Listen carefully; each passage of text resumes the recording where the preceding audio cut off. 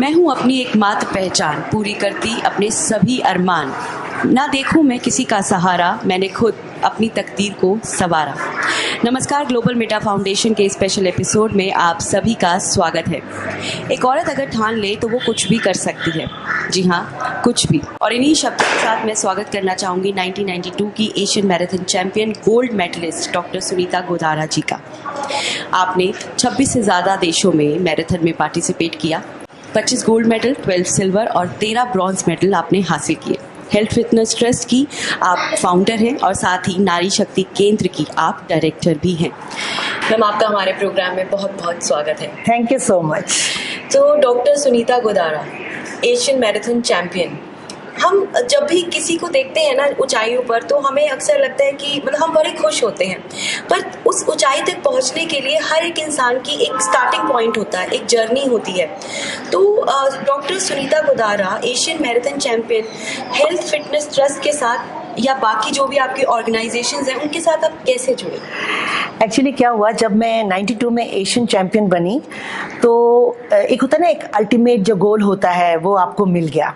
उसके बाद आपके मन में वो चाह जो शुरू से थी मेरे मन में कि मुझे समाज के लिए कुछ करना है, तो कैसे करें। अब सुनीता गोदारा को तो कोई सपोर्ट करेगा नहीं, क्योंकि इंडिविजुअल को नहीं सपोर्ट करते हैं, संस्था को करते हैं। तो इस तरह से हमारी हेल्थ फिटनेस ट्रस्ट संस्था का एक तरह से रजिस्ट्रेशन हुआ।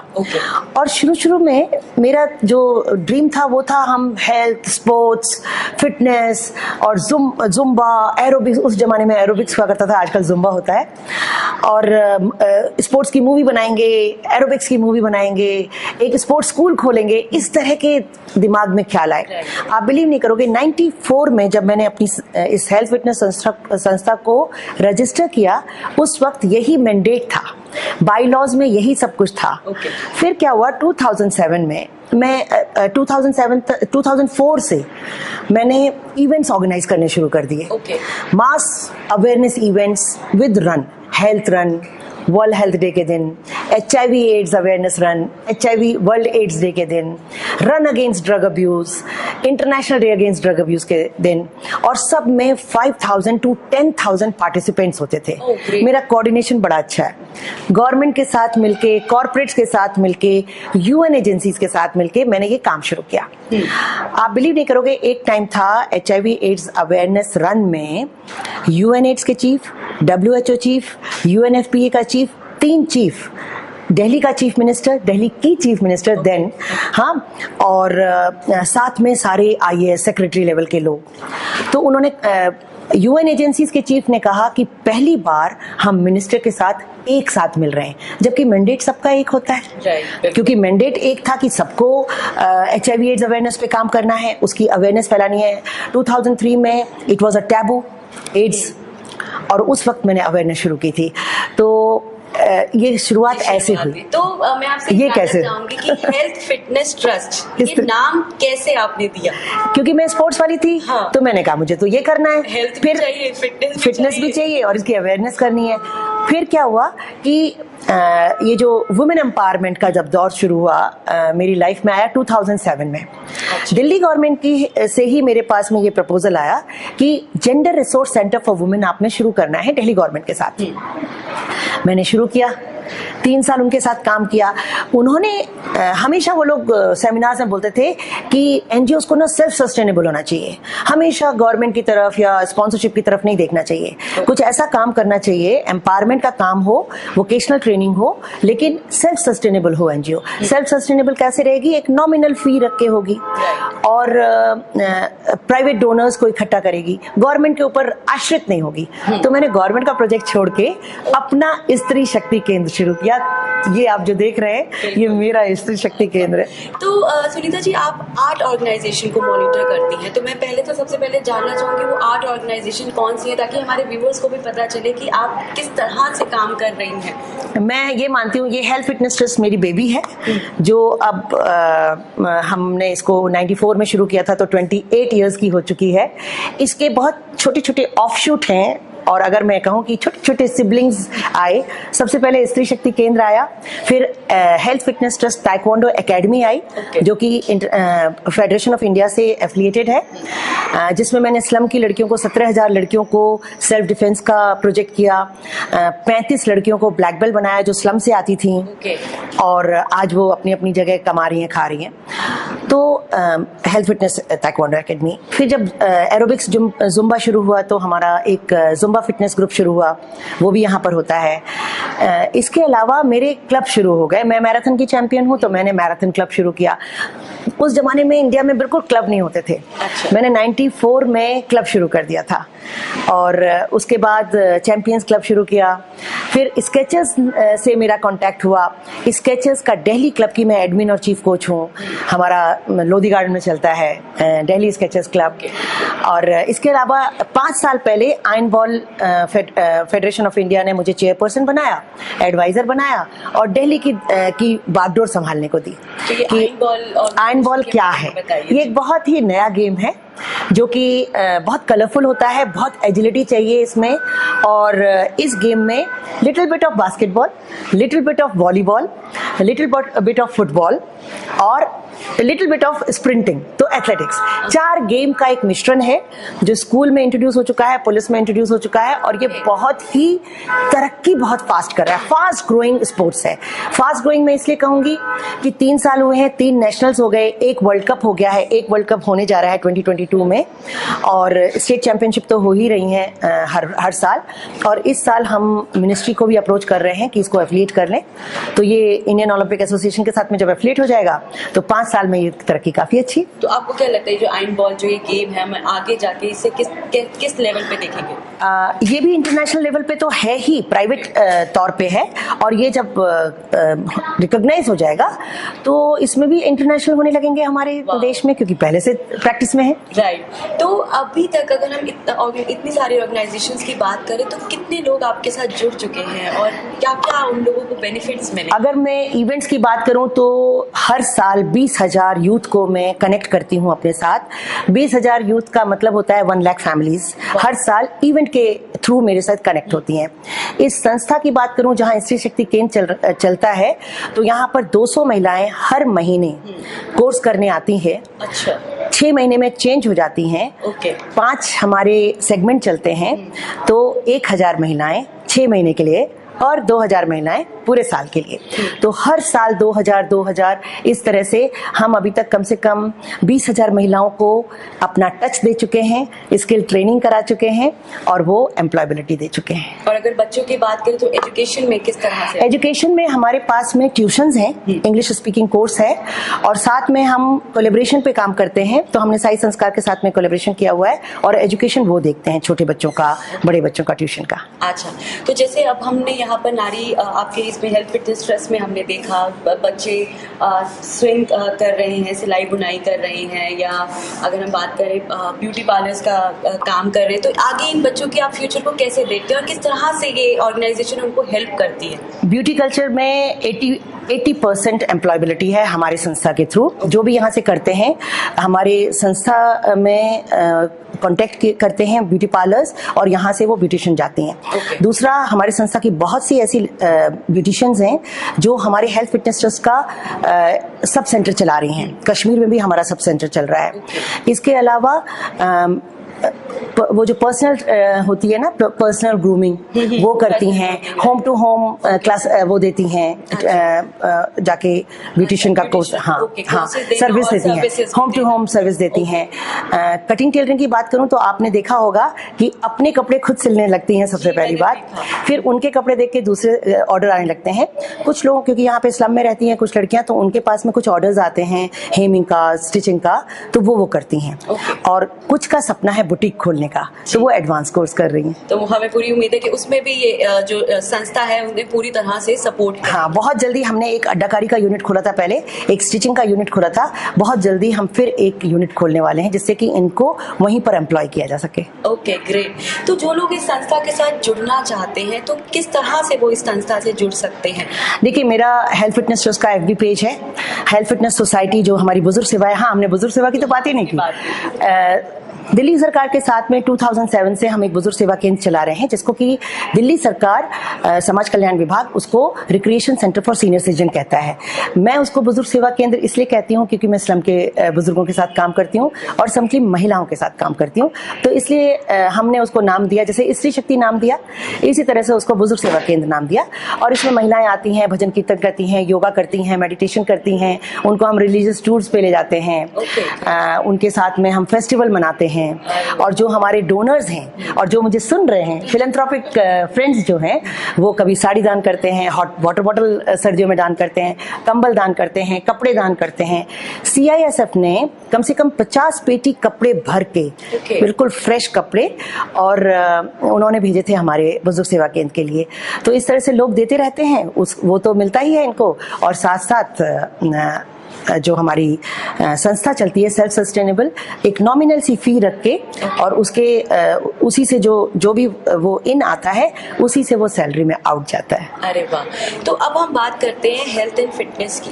तो जिन बच्चों को आप ट्रेनिंग देती हैं, जिन बच्चों को आप सिखाती हैं, एक्सरसाइज करवाते, तो डाइट और न्यूट्रिशन एक बहुत इंपॉर्टेंट फैक्टर होता है हमारी बॉडी के, तो उस तरह से कैसे हेल्प करते हैं आप उन बच्चों? देखो, जैसे मैं एक जॉगर टर्न मैराथनर हूँ और मैंने डाइट पे बहुत रिसर्च करी और अपने 54 kg को 45 kg तक लाके मैंने एशियन गोल्ड जीता। अरे वाह। तो और मैं लेक्चर्स देती हूँ डाइट एंड न्यूट्रिशन पे, एक मैराथन रनर की क्या रिक्वायरमेंट है वो, क्योंकि मैंने खुद किया हुआ है। 26 कंट्रीज में मोर देन 200 इंटरनेशनल रेसेस जीती हुई हैं। मतलब मैं सिर्फ फिनिश की बात नहीं कर रही हूँ, आई रिटायर्ड एज चैंपियन। तो क्या खाना चाहिए, लोगों को आश्चर्य होता है कि एक मैराथन रनर को लेडी को 45 kg की है, 1400 कैलोरी से ज्यादा की जरूरत नहीं है, लेकिन वो कैलोरीज जो वो खा रही है वो क्या है ये ज्यादा इंपॉर्टेंट है। वो पूरा न्यूट्रिशन है या नहीं। इसके साथ साथ सप्लीमेंट्स, मतलब आप लोगों को शायद कईयों को नहीं पता होता है, बाइकार्बोनेट, इनो, ये जो इनो होता है दैट हेल्प्स बॉडी, रनर की बॉडी को क्रैम्प्स नहीं पड़ने देता है, लैक्टेट नहीं बिल्डअप होने देता है। तो ये सारी चीजें बहुत जरूरी हैं। हमारा अदरक, गार्लिक, इसका पेस्ट बहुत जरूरी है, कट पीस करके भी खा सकते हैं, ये जॉइंट्स में पेन नहीं होने देता है। तो ये सब आजमाए हुए नुस्खे हैं और मैं यही अपने रनर्स को बताती हूँ। स्प्राउट जरूर होना चाहिए, फिर ओट्स, दलिया, वो सब तो है ही, फ्रूट्स, नींबू, कुछ जरूरी चीजें हैं, बहुत सारा सैलड, प्याज वगैरह वगैरह, ये सब बहुत जरूरी है। जितना सात्विक खाएंगे, जितना नेचुरल खाएंगे, उतने ज्यादा एनर्जेटिक रहेंगे। तो आप उन्हें डाइट के बारे में भी बताती हैं? हाँ, मेरा बहुत साइंटिफिक ट्रेनिंग है। मैं हमेशा कहती हूँ कि क्वालिटी जो है ना वो अच्छी होनी चाहिए क्वांटिटी से। तो बड़ी स्मार्ट ट्रेनिंग करनी चाहिए। आपका रोज माइलेज पे माइलेज किए जा रहे हैं, मैराथन रनर है तो माइलेज किए जा रहे हैं, ऐसे नहीं होता है। आपको वेरिएशंस देने होते हैं वर्कआउट्स में। जब आप वेरिएशन देते हैं तो आपकी इम्प्रूवमेंट ज़्यादा अच्छी होती है।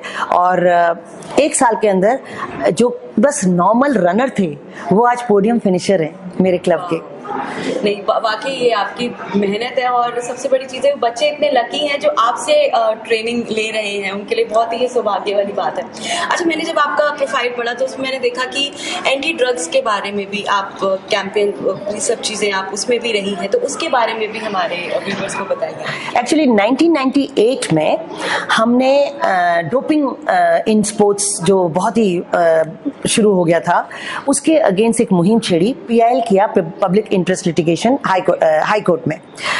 तो ये हमारा 98 से चल रहा है, हम ड्रग अब्यूज के खिलाफ लड़ रहे हैं। उसके बाद 2003 में, क्योंकि मैं दिल्ली गवर्नमेंट के साथ थोड़ा जुड़ी हुई थी, तो उस जमाने में भी मतलब दिल्ली गवर्नमेंट के प्रोजेक्ट करती थी, तो मेरे दिमाग में आया कि एक एंटी ड्रग रन करते हैं। और उस ये जो 26 जून है, international day against drug abuse and illicit trafficking, 2003 में हमने शुरू किया था बिना किसी ब्रेक के।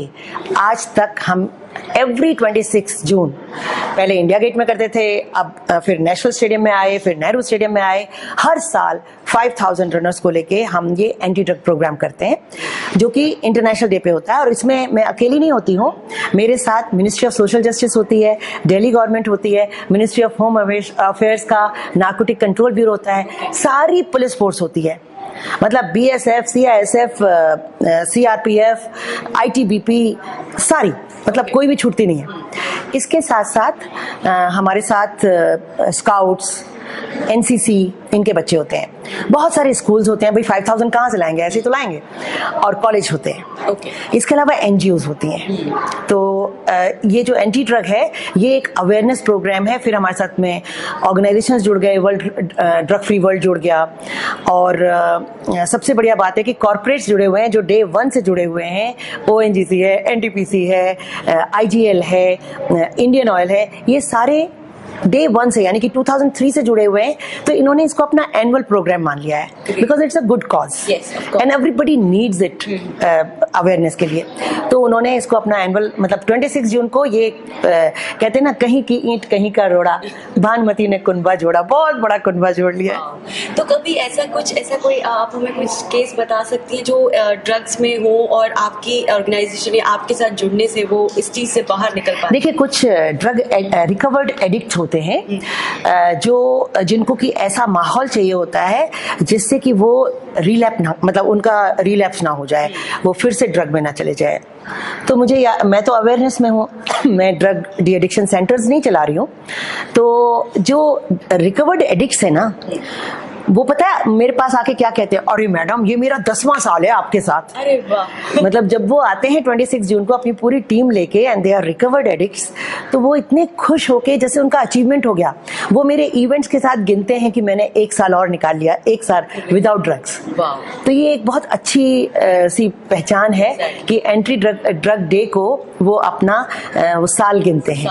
मेरा 10वां साल आपके साथ है, मेरा 12वां साल आपके साथ है, ये मेरा 19th ईयर होगा।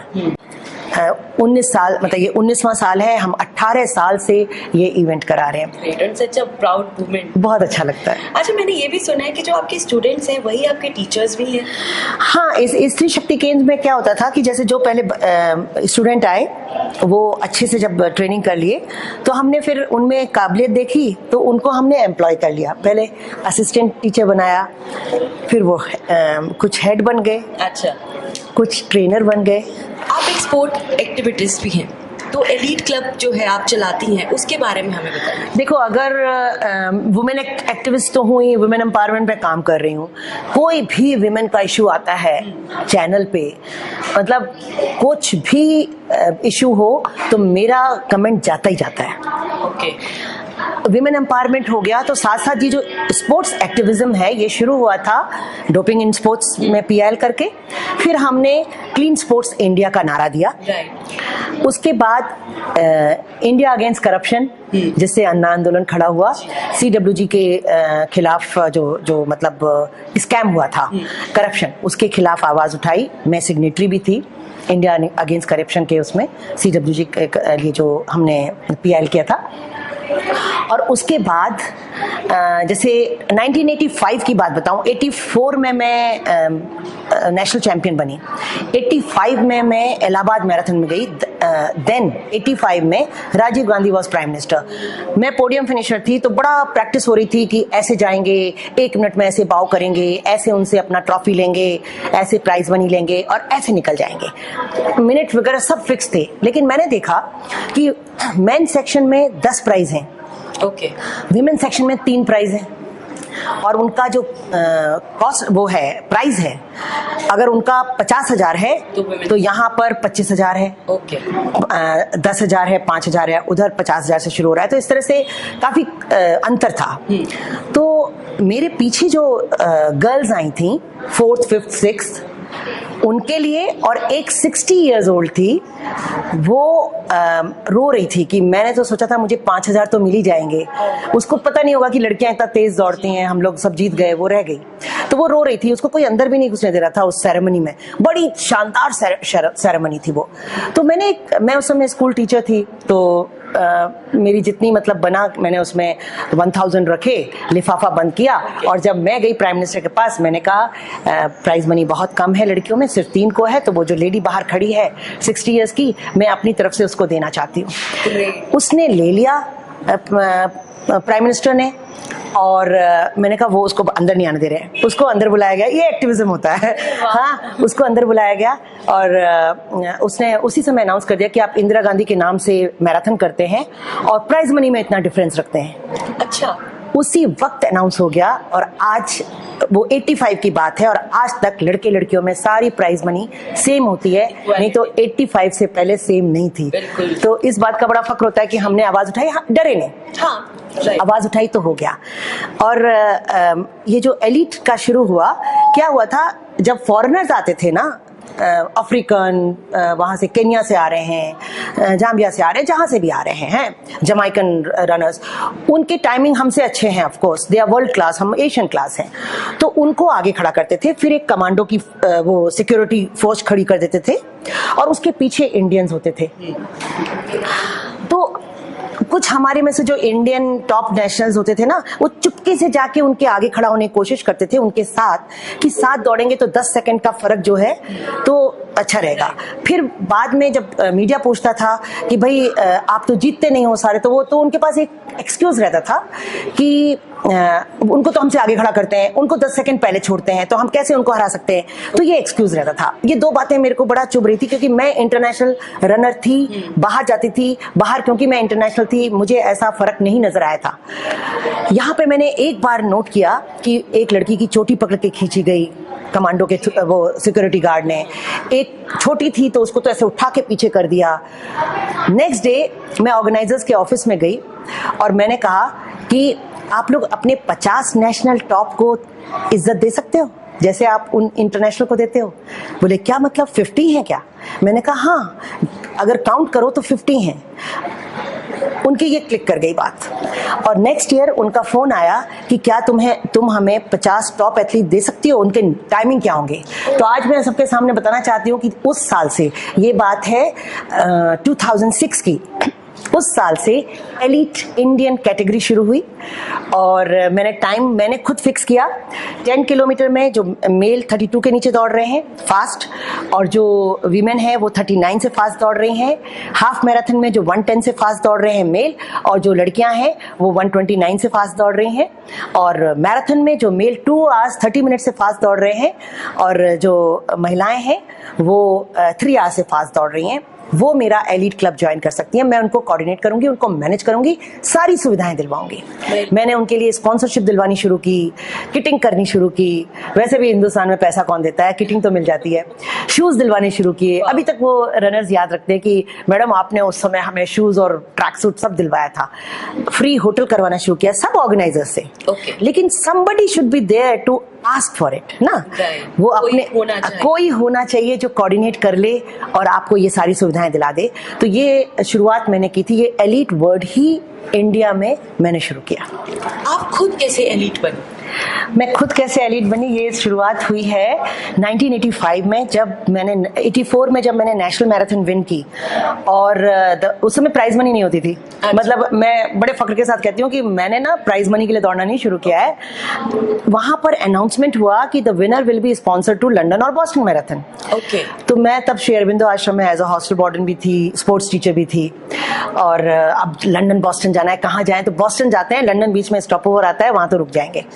मैं बॉस्टन मैराथन गई। वहां इंडिया में उस समय ना महिलाओं का जो नंबर था वो बहुत कम था। टफ गेम माना जाता है मैराथन, अभी भी टफ माना जाता है, लेकिन अब हैं बहुत सी डेयरिंग हैं लेडीज जो कर रही हैं, गर्ल्स जो कर रही हैं। उस जमाने में बहुत कम हिम्मत करती थी। डर लगता था कि 42 किलोमीटर करेंगे तो शायद काले हो जाएंगे, 42 किलोमीटर करेंगे तो फिर बाद में हो सकता है हमारी फर्टिलिटी कम हो जाए। बड़े डरा दिया जाता था, तो कम करती थी। शादी होनी है लड़की की, लड़की बिल्कुल कांटे जैसी लगती है तो उसकी शादी नहीं होगी, ऐसी ऐसी बातें थी। अब धीरे धीरे वो सब खुलता जा रहा है। अब पता चल रहा है कि नहीं, मैराथन अगर आप स्मार्टली करो तो ऐसा कुछ भी नहीं होता है, आप वैसे के वैसे रहते हो। और जानना चाहूंगी कि मैराथन करने के लिए क्या कोई एक एज लिमिट होती है? जब आप मैराथन के लिए अपने आप को तैयार कर रहे होते हैं तो क्या एज का कोई फैक्टर होता है कि इस एज से हमें स्टार्ट करना चाहिए?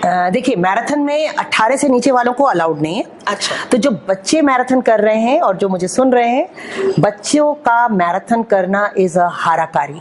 आप अपने आप को किल कर रहे हैं। आप उस समय 3 किलोमीटर करिए, क्रॉस कंट्री करिए, 5 किलोमीटर करिए, 10 किलोमीटर करिए, मैराथन आप तभी करें जब आप 17 और 18 के हों, क्योंकि वो वैसे भी 18 से पहले medically advisable and officially also. आप अगर 18 के नहीं है तो आप मैराथन में एंटर नहीं कर सकते, इवन हाफ मैराथन में। तो वो शुरुआत होती है 20-22 में जाके आप अपना बेस्ट करना शुरू करते हैं, और जो आपका टॉप मोस्ट परफॉर्मेंस है वो 25 पे आता है। अच्छा, और आपकी क्या एज थी? मैं 32 की थी जब मैंने एशियन गोल्ड जीता, क्योंकि मैंने शुरुआत ही तब की थी जब मैं 24 साल की थी। तो I was a late starter, लेकिन मेहनती बहुत थी। तो एज कोई मैटर नहीं करती मुझे लगता है। अगर हमारे मैंने जुनून हो किसी चीज 40 इयर्स की जब मैं थी तभी मैं टॉप 10 थी इंडिया में, और उसके पहले तो जब तक मैं ओपन में दौड़ रही थी तो हमेशा टॉप 3 में रही। साउथ ईस्ट एशिया में मैंने सारी मैराथन्स विन की हैं, तो मुझे मलेशियन मैराथन क्वीन कहा जाता था। अब इंडिया में मैराथन क्वीन कहने लगे हैं मेरे काम की वजह से, लेकिन जीतने की वजह से मुझे तब कहा जाता था। और मैं कैसे एलीट बनी, क्योंकि मैंने इतनी इंटरनेशनल एक्सपोजर करी है अपने आप को, आप बिलीव नहीं करोगी। सिर्फ जीतने के लिए नहीं, सीखने के लिए मैं London marathon, Boston marathon, Switzerland marathon, New York marathon, ऐसी Australia, Melbourne marathon, Berlin marathon, और अगर मैं याद करूँ टॉप की जो मैराथन है ना, वहाँ जाके, क्योंकि मैं वहाँ पे फर्स्ट 50 में तो होती थी, लेकिन टॉप 10 में सिर्फ मैं 2 बार रही हूँ, लंदन में और पेरिस में। ओके। पेरिस में मैं 10th आई थी, तो दैट वाज यूरोप की मैराथन में 10th आना भी बहुत बड़ी बात थी। बट मैं वहाँ जाती इसलिए थी कि मैं विनर नहीं हूँ, I am not best in the world, I am only best in Asia at that time. तो मुझे अभी बहुत मेहनत करनी है, ये एक मन में रहता था। तो और ये सब करने का मुझे जो फायदा मिला है वो एटलांटा ओलंपिक टॉर्च। मुझे ऑर्गेनाइजर्स ने सेलेक्ट किया, उनको ऐसे top runners of country, her country के टॉप रनर्स की तलाश थी जो वाइडली ट्रेवल्ड हों, कि जो 2.5 किलो की जो टॉर्च है उसको जब लेके जो टॉर्च बेरर जा रहे हैं, कहीं एक्साइटमेंट में उनसे गिर न जाए, तो उनके साथ में एक एस्कॉर्ट रनर रहेगा, वो होगा जो अपनी अपनी कंट्री का टॉप होगा। और तब मेरा सिलेक्शन हुआ था इंडिया से। तो हम अपने अगले अंक में ये जानेंगे कि बुलंदशहर की सुनीता गोधारा कैसे डॉक्टर सुनीता गोधारा बनी, एक एशियन मैराथन गोल्ड मेडलिस्ट बनी। उसके लिए देखिए हमारा नेक्स्ट एपिसोड। तो thank you so much Sunita ma'am, आपने हमें इतनी अच्छी चीज़ें बताई, अपने फिटनेस ट्रस्ट के बारे में हमें बताया। आई होप और भी लोग आपके साथ जुड़ना चाहेंगे, और मुझे लगता है कि जिन भी जनरेशन को आप ट्रेन कर रही हैं, तो वो जिस तरह से आपने अपने देश का नाम रोशन किया है, वो एक दिन आपका भी नाम ज़रूर रोशन करेंगे। कोशिश तो यही है, और मेरा फेसबुक पेज है, मेरा यूट्यूब चैनल है, बस सुनीता गोधारा गूगल कर लो, मेरा नंबर मिल जाता है, कोई भी मुझसे कभी भी जुड़ सकता है। And it's such a proud moment for me also to sharing this stage with you. Thank you so much, ma'am. Thank you so much. Thank you.